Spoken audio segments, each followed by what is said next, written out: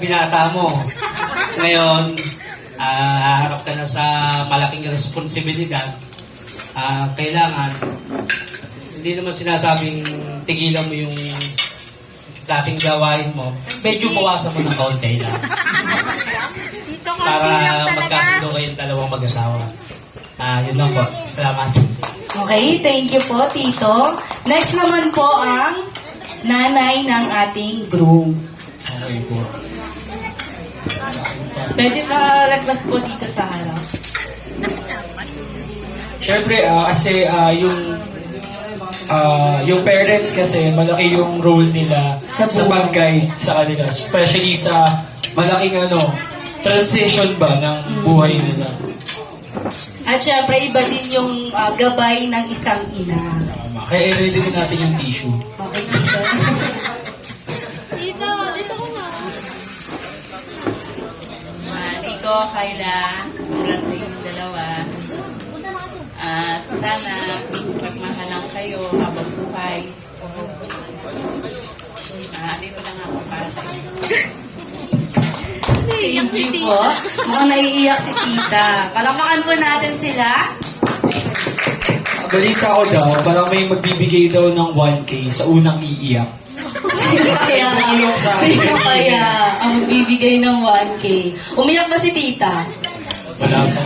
Feel ko dito naman tayo sa side ni... Sa side ni Kayla. Of course, kay tita, yung sa mama ni Kayla.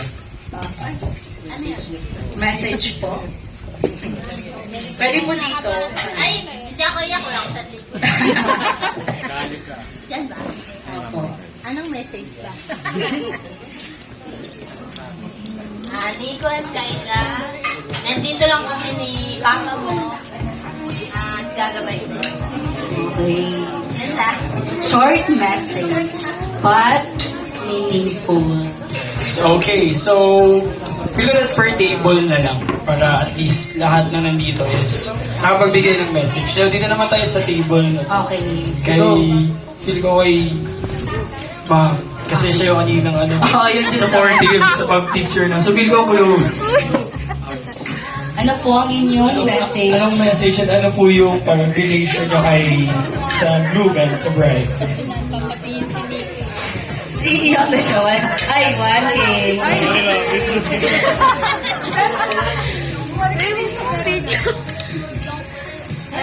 Magmahalan kayo habang buhay.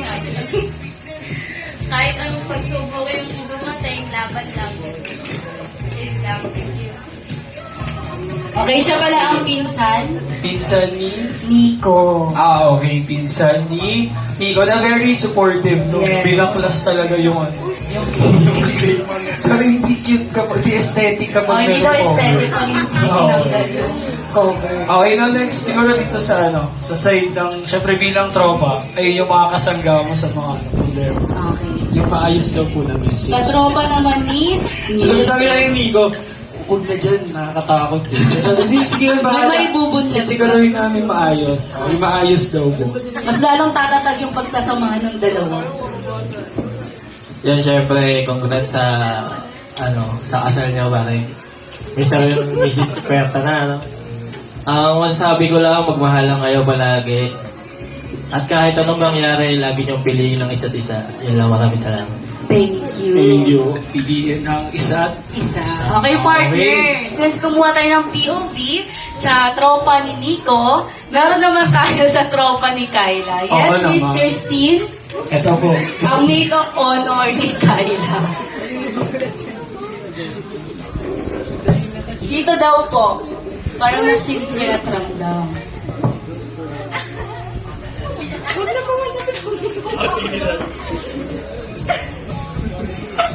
Iiyak na siya wala pa.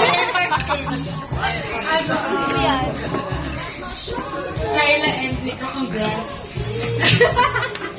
And then, ayun, stay strong and congrats sa baby niyo. Ayun, thank you. Okay, thank you. Balita ako kasi, kukunin na ninang kasi Si Christine. tamang decision. Dalawa. Okay, so after sa table na to, dito naman.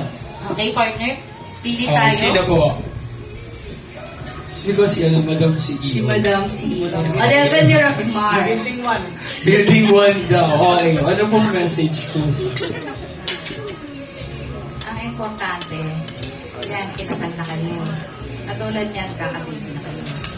Huwag niyong pabayaan yung baby niyo, alagaan niyo. Hindi mahala kayo habang buhay. Katulad niyan, hindi dumarating na talaga may problema tayo. Pag tutulugan niyan, pag-usapan niyo. Kayong mag-asawa, kung ano yung problema niyo, kayo lang. Hindi niyo dapat tinutulugan yan. Masisempre niyo yung solusyon na yun. Mahalin niyo yung anak niyo. Yan ang blessing. God bless.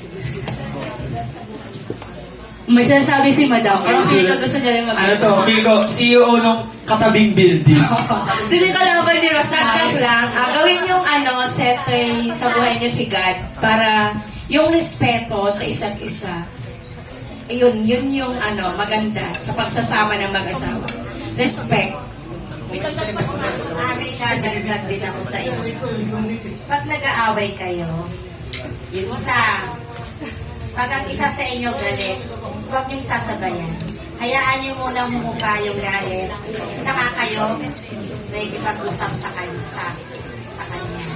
Para hindi kayo nagsasalpukan yung hindi lalaki yung away ninyo para makasolusyonan agad yung problema ninyo. Tama. Kapag galit ang isa, huwag mong sasabayan. Oh, yeah. Kasi, magbabanggaan. Ngayon, mga partner, sabi mo wala tayo sa face-to-face. Kaya feel ko dito tayo eh. Yung trio taga-payo. Okay. Pero ang ganda ng mga sinabi. Si Ma'am Rosmar, si Ma'am Glenda. Sino yung isa? Sino yung isa? Pero feel ko medyo on heart evangelista. Ay, heart. Diba? Thank you po sa inyong mga inspiring message and wishes to our newlyweds. So may last table pa which is ito po. Okay, go partner. Ako na raw. Okay, sino kaya dito ang magbibigay ng message niya? May tinuturo po. Sino? Si Madam. Si Wamos. Si Wamos. Okay po, sir. Dali na. Nico and Kayla, congratulations. Best wishes. Tapos sila lang may regalo. Wala ako eh. Huwag kayo magpapatulog ko pagdating ng araw. Mahirap yun. Okay lang mag-away, huwag lang papatulog ko. Ano lang, huwag lang kayo magdidesisyon kapag galit. Kasi mahirap magdesisyon ng galit. Iba yung magiging masasabi nyo.